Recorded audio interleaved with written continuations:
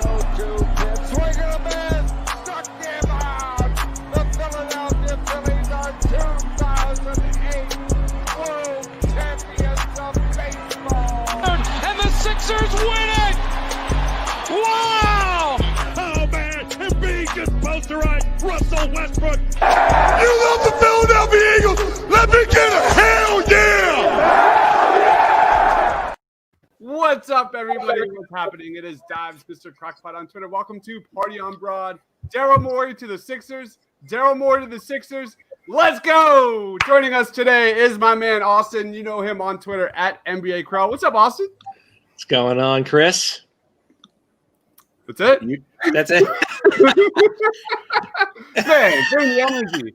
Next up, we got my man, Tiago. Before I introduce him, though, go over to thepaintedlines.com. Check out his comprehensive Sixers draft guide at thepaintedlines.com. Follow him on Twitter at tscabia. What up, Tiago? Or don't go over because Morey's going to trade all those picks now. Yeah, but Tiago, look who it is. It's your boy. It's your boy. No. We have derailed already. There he is, the champ. The one and only Jason Tatum Jr. Super fan is in the house today. Yeah. Never in doubt, Daryl Morey. Never in doubt. Is that Deuce Tatum we have there?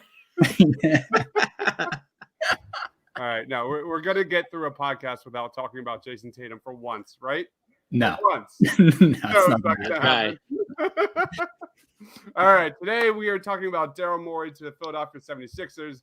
We're going to break down our initial reactions. We're going to grade it. We're going to talk about how it impacts the team and especially the NBA draft, which is going down in less than a month, 21 days. Oh, my God, it's coming. All right, let's roll on to top initial reactions. Let's grade it. Daryl Morey signed a 5-year extension with the Rockets in 2019. He was named assistant general manager to the Houston Rockets in 2006, then assumed full control of the position in 2007, where he became general manager. Since then, the Rockets went on a tear. They didn't have a single losing record, advanced to the playoffs 10 times. This guy is arguably the league's best general manager. He's been really kind of known for finding diamonds in the roughs. Clint Capella, Robert Covington, Patrick Beverley, Austin Rivers, Daniel House, Montrezl Harrell. But he's also been able to kind of work trades, land stars like James Harden, Chris Paul, Russell Westbrook. My initial reaction to this and grade, I've got two. One is Doc Rivers, Dave Yeager, Sam Cassell, Dan Burke. Wow, what a difference a month makes. Seriously, guys, like we've made jokes about the Sixers front office at least for the last 3 months. Like they're gonna just do whatever's like the exact opposite of what you would expect them to, whatever. But anyway, now we have possibly one of the best coaching staffs on the Philadelphia Sixers since I can remember. Last week during our Sixers offseason preview, guys, I gave the Doc Rivers edition an A-. Right now, I got to give Daryl Morey to the Sixers an A+. I'm blown away, guys. I am fucking blown away at some of the moves we're seeing the Sixers make. I'm glad they're not standing still. They're recognizing that there's issues, there's red flags, and I'm just very proud of the Sixers front office for recognizing that.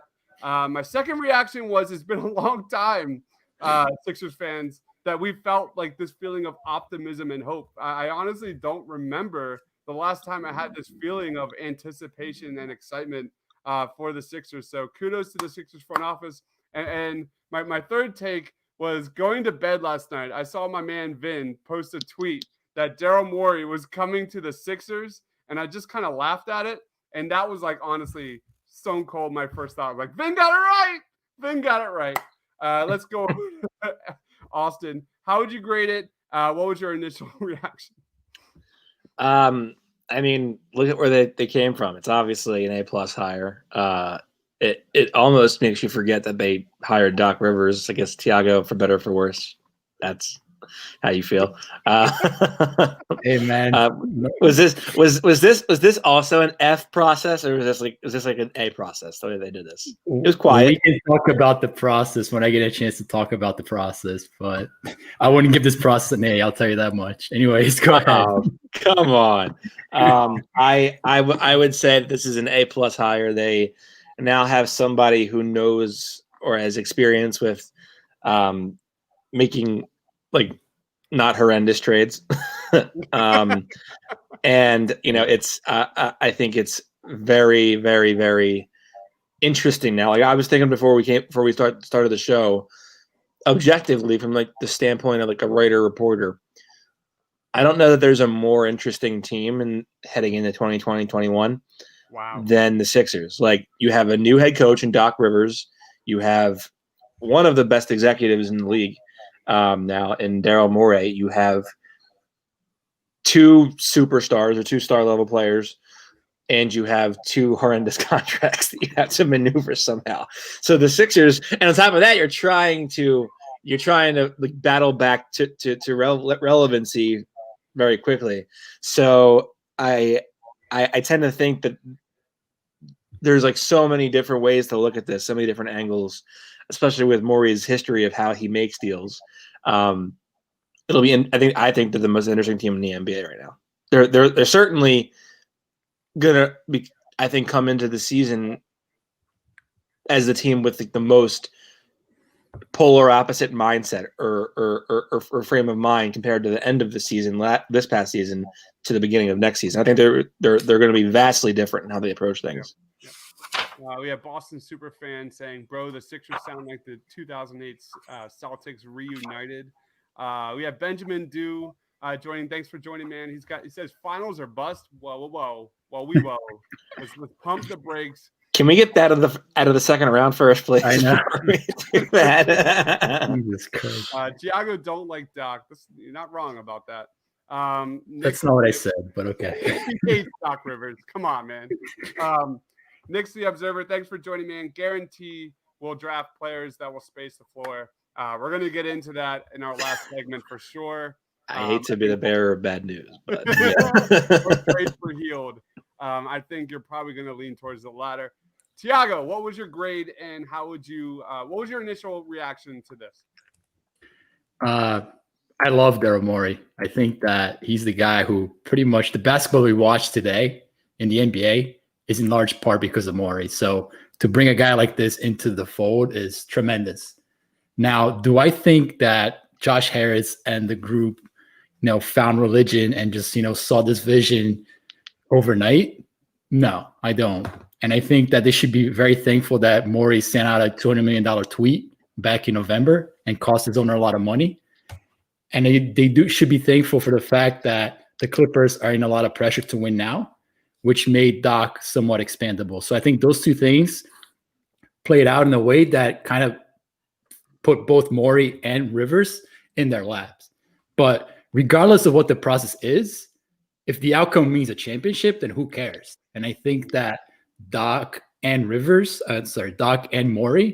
are a great pairing to have. And you talked about the coaching staff that they're putting together.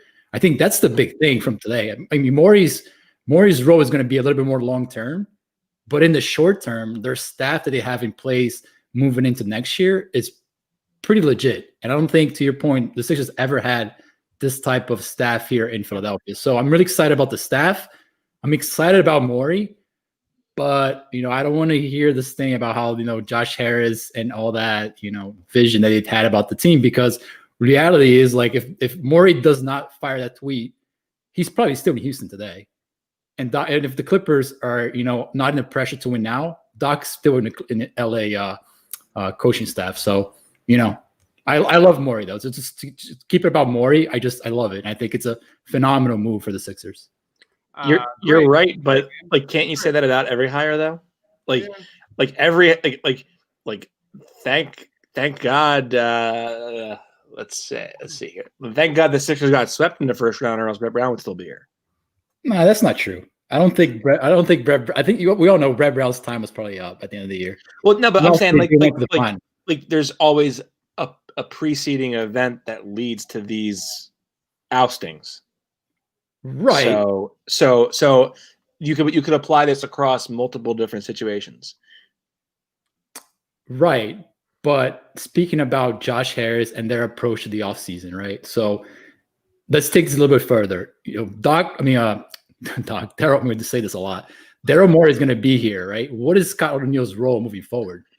Is he going to give Morey's full freedom to make the moves that he needs to make? Have they talked about that? What does that look like for the team moving forward? I tend to think that Morey's going to be here and he's not going to sign up for a job where his hands are going to be tied behind his back. But Scott O'Neil is still in the picture. And what is his role moving forward? What is Elton Brand's role in all of this? All those questions need to be answered before we just say, okay, well, A++ across the board and everything is going to be fine. So I think there's a lot of potential, obviously. I love Morey, the man, the GM, the mind. So I see a lot of potential with this move. But I'm not going to sit here and say, like, yes, bring home the championship, because there's a lot of moves that need to take place still. I think they need to sign the – go ahead. I think they need to sign a sixth center. I do. I think Tiago is leading down kind of a rabbit hole there where, the Sixers in the front office had a collaborative approach. What does that mean for Daryl Morey? And, do you expect kind of where does the chain of command fall regarding Elton Brand? And any thoughts on that, Austin? Well, I believe that Morey wasn't coming here. Yeah. Or he would have either been out of basketball, taking a break, or he was coming here. Unless if the Sixers were going to basically give him the farm, I'd be interested to see what that contract looks like, or what we'll actually know past the contract length and dollar value. But I would be shocked if he's if they're not slipping him something that says you have the control over everything. You say jump, we say how high. Right. And I people would say ownership stake. It wouldn't shock me. If I'm him, I'm not leaving Houston unless it really was a mutual parting or he was forced out. I'm not leaving Houston unless I know that I'm going to get as good of a deal, if not better, elsewhere. And I'm damn sure not coming to a team like the Sixers that's capped out with things that don't make sense. That's what I'm excited about. That's the exciting part, is that there's a changing of the guard. At least from an outsider perspective, there seems to be a shift in mindset in that Sixers front office. What about you, Tiago? Well, I'm going to ask Austin the same questions. If his goal was to stay in the NBA this year, what other options do you have on the table? I mean, obviously teams are going to bend over backwards for him, but there's not a lot of openings out there in the NBA right now, are there? Well, I think he would have taken the year off and then see what opens up for next year. He has a family, he has kids that I think are of an age where he'd like to spend time with them. That isn't to say parents don't want to spend time with their kids, but you know what I mean. And so I think there were opportunities for him to pursue other interests, and I think that was even reported at some point in time. But I think it was either going to be a job similar to this one, or it was going to be, okay, I'm going to take a year off. But I firmly believe that the Sixers had this in place for quite some time, even before he left Houston. Yep. Last question, guys, in the front office before you move on, and then we're going to get to the comments, and then we're going to go to what it actually means for the Sixers roster moving forward. Does this addition have any impact on Sam Hinkie returning to the Philadelphia 76ers? Lead us off, Tiago. Yes or no? No. I don't think Sam Hinkie has any interest in getting back into the NBA, much less the 76ers. I don't think the Sixers have much interest in bringing him back. I think there's a few guys in that front office today who probably object very highly against Sam Hinkie coming back. Would I love him back? I would love him back in a heartbeat, but I don't think that's going to happen. Austin? I think if Sam Hinkie came back, Scott O'Neil would have to lock his door, because I think Hinkie would come in and just drop a massive Duke right on his front desk and be like, I'm back. Please, like the Kool-Aid man, just busting through the wall, oh yeah. That was my other take of this draft or this move was Doc Rivers. I gave that an A-. This is an A+. We're like a draft of Tyrell Terry and Isaiah Joe from this being like an A++ off season. And who would have thought? We're Sixers fans. You were pessimistic to the core. It's just terrific. Let's go to the comments. Where should we start?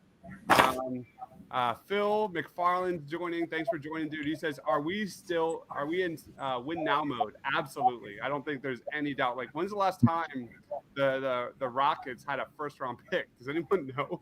Like, he hasn't had a first round pick since 2014. 2014. So yeah, that was the last time they made a pick. Well, I'll tell you one thing for certain. We're definitely not. The Sixers are definitely not in lose now mode. Will the staff and office convince Ben Simmons to learn how to shoot? We talked a lot about that with the Doc Rivers edition on our Sixers offseason preview pod. I mean, if Doc Rivers can't get in between the ears of Ben Simmons, there's bigger issues in play here. So, any comments on that, guys? Yeah. So, who was the guy that Daryl Morey traded for last year to join James Harden? Rocco 3. Oh no, that was Russell Westbrook. Russell Westbrook, who also can't shoot. So no. He can shoot. He tries to shoot too much. Is what it is. Yeah. Point being is that he was brought in to really create shots for everybody else, and I think that even Ben Simmons' inability to shoot the ball fits Daryl Morey's vision tremendously well. So I wouldn't make that a priority for Morey or Doc Rivers next year. All right, we have Emilio joining from Campana Sixers. Awesome podcast. Check them out. So our guys from Spain. Hi, mates. Time to Moneyball. Greetings from Campana Sixers. Thanks for joining. Let's go on to Boston Superfan. Like he only wanted his players to shoot threes or go to the paint in Houston. Yeah. I tend to think that there's no way that of all people Ben Simmons is going to listen to this old like white dude who's like forced analytics down like his throat. I just don't. I don't think it's going to be because of Daryl Morey. I think he might get the pieces around Ben to minimize the I guess the lack of weapon he can pose on offense if he doesn't shoot the ball. Ryan Swope is joining. Thanks for joining, dude. I'm excited for Dan Burke, guy from the Pacers. I hope he will be here long. He will make a difference on defense. Absolutely. The Sixers better not become a 3-point team or nothing like the Rockets.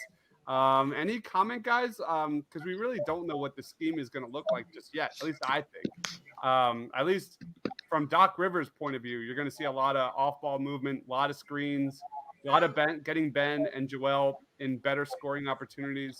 Any comments on that, guys? Like any initial thoughts on what the offensive system could look like? The question I have is Joel Embiid excited for Dan Burke being here? That's the first question that I had because I think like the introduction of Daryl Morey is interesting in that when he was in Houston, his center was a rim running guy who was just like a quick pick and then dive or transition play. Embiid can play, as we know, outside as well. So it'll be interesting to see how that looks. I still think there's a balance to be struck with transition play. And I don't think it's kind of fair to say like Joel Embiid just cannot and will not play in transition. I think he can and he will. If he's made a definitive focal point of the offense, if he is engaged, he'll do it. I think when I think of Doc Rivers and Morey, I think of better spacing, and that's only got to help Ben Simmons and Joel Embiid. Any thoughts on that, Tiago? Yeah, I think spacing is number one, the most important thing for this team. But let's not forget, like the Sixers have played fast with Joel Embiid in the past, and I think that they need to pick up their pace. Obviously. Do they need to be, the Charlotte Hornets? No, they don't. But I do see them picking up their pace and their three-point shooting significantly going into next year. And I think that if they do those two things, they are already a top 5 to 10 offense in the NBA right off the bat. So, yeah. Anthony Hand says, thoughts on Tobias Harris. I knew he was overpaid before they gave him the contract, and he only proved I was right. I think they should try and move him. We're going to talk about that in a little bit, all right? We're going to save that comment. Ryan says Sixers need to focus on guards and trades through the draft. If they focus on free agency for it, so we're also going to be talking about that. Let's roll on. Let's roll on, guys. Let's talk about what this Daryl Morey addition means for Ben Simmons, Joel Embiid, Tobias Harris. I think for me, the conversation begins and ends with the Sixers salary cap, right, guys? Like, no matter where the cap lands for 2020, it seems like it's going down. Yeah, big for sure. problem. That is a big problem. You look at the Sixers, they're going to have a tough time just avoiding the luxury tax. The Sixers have $142 million in guaranteed money already for 9 players next season. They've got to figure something out with the Al Horford contract. It's no secret that the Sixers need to trade a substantial amount of money this offseason. You can either your chair there, buddy. Is that a chair? You like just what? I don't even know. Don't move. It's gonna be like first round picks up till the year 2080, and Al Horford for Buddy Hield. Tiago would literally just burst out in hives if it was like 14 unprotected first round picks plus Al Horford for Buddy Hield. Just Tiago's like scratching and all hivey. Why do we think he's gonna target Buddy Hield? This guy found shooters in Daniel House. I'm just in like Ben McLemore. He's not going to trade 17 guys for Buddy Hield. He's just not going to do it. And maybe I'm wrong, but he's a guy, he finds shooters everywhere. So I think he's more likely to trade for Chris Paul. I agree. I do see that. I do see that for sure. Like 2 or 3 first round picks, Al Horford for Chris Paul. And then I agree with that. All right. What do you think it means for Ben Simmons and Joel Embiid? Tiago, how does this impact those guys? Yeah, so I think for Joel Embiid, he's going to have to learn how to be a little bit uncomfortable under Doc Rivers and Daryl Morey. So what I mean by that is, rim roll in the pick and roll. That's going to have to be part of his game. Setting screens, that's going to be part of his game. Popping out for a 3-point shot off the pick and roll, that's going to be part of his game. So this idea that he's going to post up 18 to 20 times a game, I just don't see it with Doc, and I don't see it with Daryl Morey. Now, I do think that, this idea that like Daryl Morey is a first step for Joel Embiid to be out of here, no. I don't buy it. No. I see him taking a shot with this roster. And remember, like, this is a guy who made Yao Ming work. He traded for Dwight Howard. He signed Dwight Howard. He traded for Luis Scola. He almost turned Clint Capella into an all-star. So he has worked with big guys in the past. It's just that this version of the Rockets was an extreme version. He tried to beat the Lakers. Did it work? No. But he's aware that centers can still contribute in the NBA. But Joel Embiid's going to have to get a little bit more accustomed to playing a different style that he has with Brett Brown. So I think it's positive for Joel, for sure. Here's an outside of the box idea that I think could be down the line. And the Boston Superfan and Ryan Swope kind of mentioned it in the comments. I think if one of them were to go, it would be Ben Simmons. And I think if you make Ben Simmons available and you say, like, you call up Washington and you're saying, what are you waiting for with Bradley Beal? You're not going to get a better offer than Ben Simmons at the core. And then we can attach some picks or, whatever you need. And I think if you can grab Bradley Beal and you can grab, you can add that to a core of Embiid and Tobias Harris, you have a very, very, very potent item there. Yeah, we've talked about that. We've talked about, like, what is your quickest way for the Sixers to get shooters? It's the easy answer is Ben Simmons. My reaction in all this is Joel Embiid better get in freaking shape, because that is really what this boils down to. Is he's going to be expected to be much more heavily active on offense than he was last year. This guy, if he wants to be a top 10 player, I think they're building everything possible. They're putting all the pieces in place for Joel Embiid to get to that next level, a top 5 player in the NBA. And that's better spacing. That's getting him the ball no more on the perimeter, getting him the ball rolling to the basket, getting him the ball in the paint. That's where I go. Is that if Joel Embiid wants to be the best of the best, everything's now like that's on him now. It was before, but now it's like if it's only as good as he wants to be. Let's go.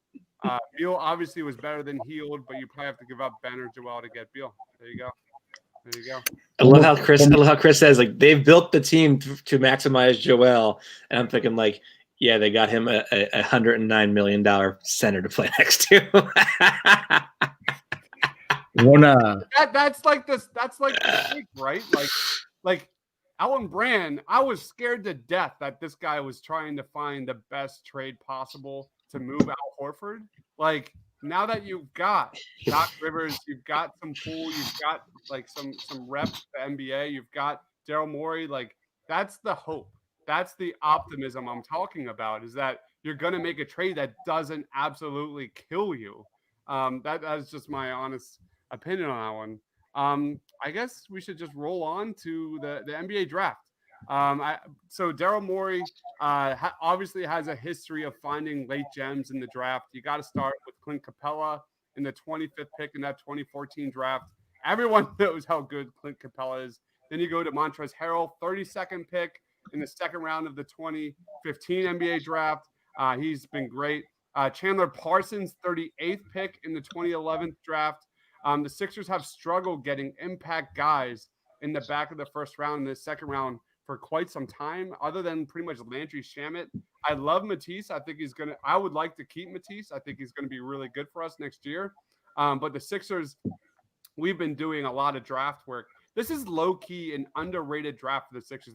The Sixers have to find guys under team control, cheap contracts for multiple years in this draft. They cannot continue to find and miss on all these guys. So let's lead off with Thiago. What does the Daryl Morey addition mean with the NBA draft for the Sixers? Chris, you forgot one guy. The GOAT. The GOAT. Jordan Warra. No. Isaiah Cannon. Oh, Robert Covington. Robert Covington, undrafted free agent. Patrick Beverley. Was he drafted? I don't think so. Nah, he wasn't drafted. But, I mean, you found him, right? Yeah. So Morey was quoted over the summer in one of the podcasts he did over the summer saying that he sees late first-round picks as of similar value to undrafted free agent. Or undrafted free agents. So he says the gap between like the top 15 and the back end of the draft, it's too large. So I do think that he's going to look to move that 21st pick to get off some contracts. Now, does that mean he's going to abandon the draft entirely? No, I don't think so.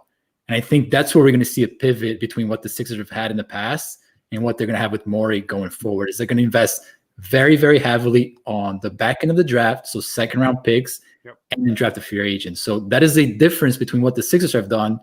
Yes, they found a couple of undrafted guys here and there, but in general, what they've done in the past was sell out second-round picks and really don't invest so much in the undrafted free agent market. So moving forward, I see the Sixers being heavy players in that field.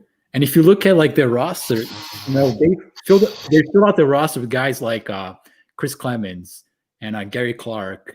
And last year they had Daniel House in their G League program. So they've had a pipeline of growing undrafted guys and late second round guys that I think they're going to try to duplicate that model here in Philadelphia as well. Yeah, and we've been talking about this draft ad nauseum. This is a weird draft. This is one of those drafts where the top of the draft sucks, at least in terms of like star potential. But there's a lot of really good fits, good shooters in that back of the first round, top of the second round. The Sixers have 2 picks in the top of the second round. As great. This is a great move for the Sixers, but I'm throwing my dream for Tyrell Terry. Yeah, you can forget about Tyrell Terry. It's not happening. What about you? Joe, maybe, but not Tyrell Terry. Yeah. What about you, Austin? I'm looking forward to writing the game story when Desmond Bane catches like the offensive rebound off of a tip out and just sinks the game-winning 3 for the Thunder against the Sixers. I can't wait for that. I mean,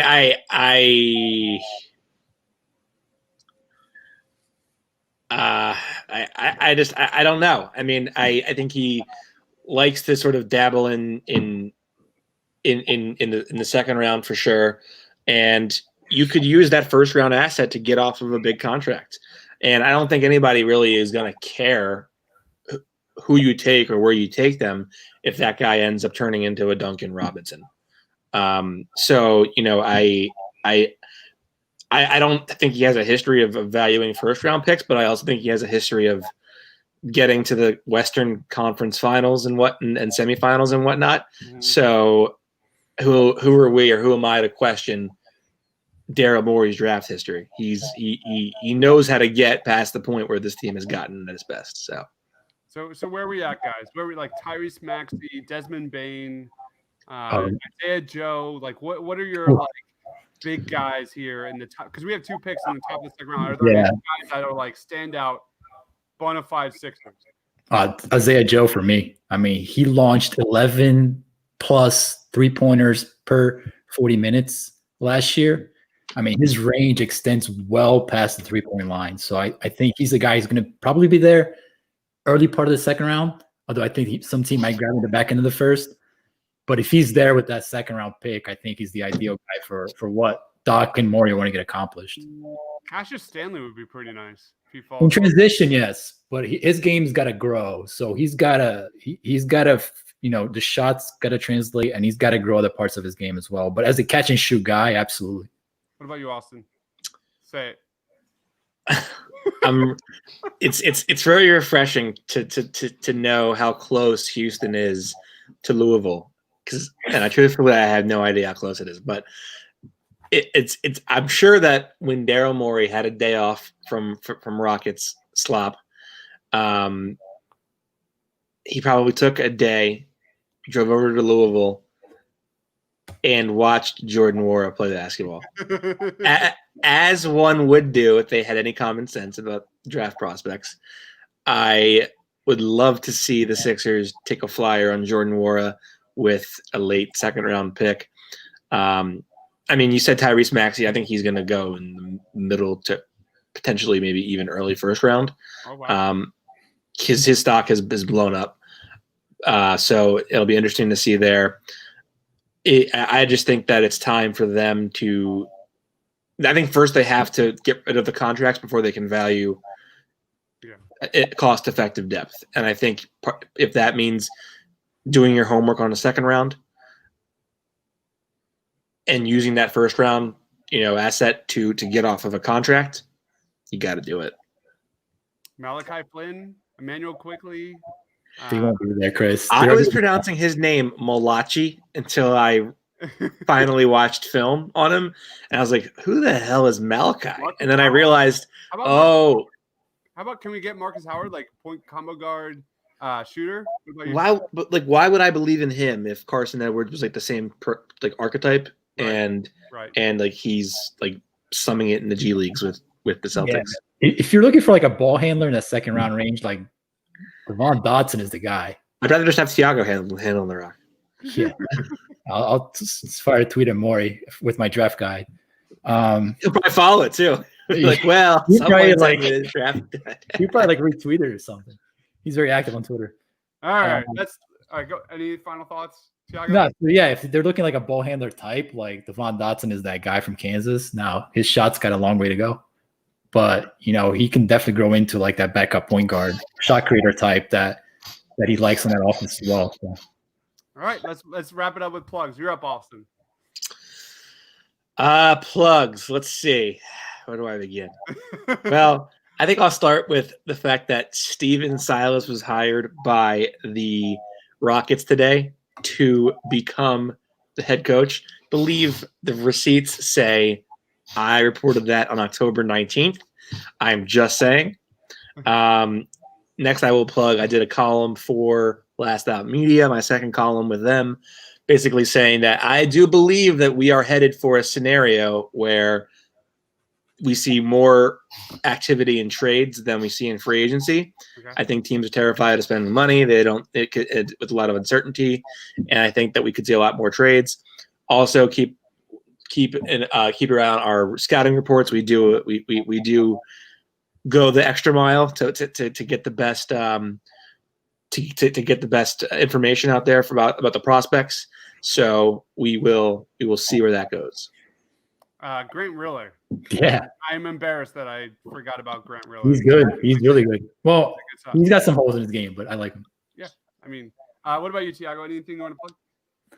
Yeah, I'm trying to gather as much combine information as I possibly can through Twitter and whatnot, and try to put together like a comprehensive piece on what the major combine takeaways were. So hopefully, next week or so, we'll have enough stats, measurables that we can kind of make out how some of these prospects are working. So, yep.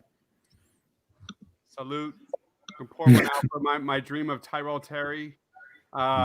Really tragic. I've been on the Tyrell Terry train for how long, guys? Like literally since like April.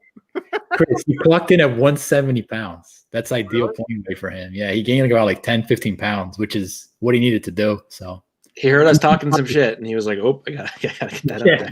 Start eating some breakfast, I guess. Yeah. And if you guys haven't known, I'm not at a hibachi tonight, so it's a little quieter. Also, for those of you who are still viewing and here, I will pass a little nugget. The Dallas Mavericks are a dark horse candidate to trade up for a lottery pick. Interesting.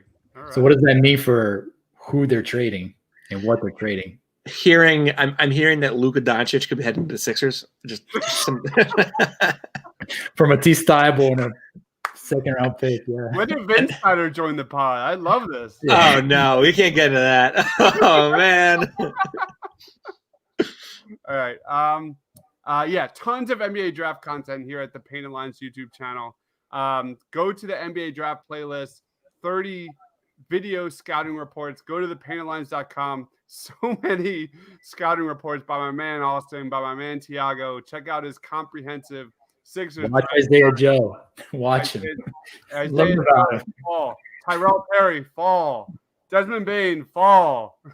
Emilio quickly, fall. Yeah. That's like the main take of this is like we've been putting in a lot of work, and it is what it is. But Morey's going to trade away all the first round picks and put them in an excellent position to draft, to have their first round pick in like 20 years be Arthur Embiid. Arthur Embiid. We're going to keep the family tradition in Philadelphia. I love it. All The right. banner will go up for that. There we go. All right. Make sure you follow my man Austin on Twitter at NBA Krell. Check out the feed to Embiid with Brock Landis. Anywhere you find your pods. The Painted Lines. New episode tonight. Nice. Love it. Make sure you follow my man Tiago on Twitter at tscabia. Check out all of his content at thepaintedlines.com. For Austin, for Tiago, for myself, thanks for watching, guys. Catch you next time. Swing and a miss. Struck him out. The Philadelphia Phillies are 2008 World Champions of baseball. And the Sixers win it! Wow! Oh, man. Embiid just poster Russell Westbrook. You Philadelphia Eagles, let me get a hell yeah!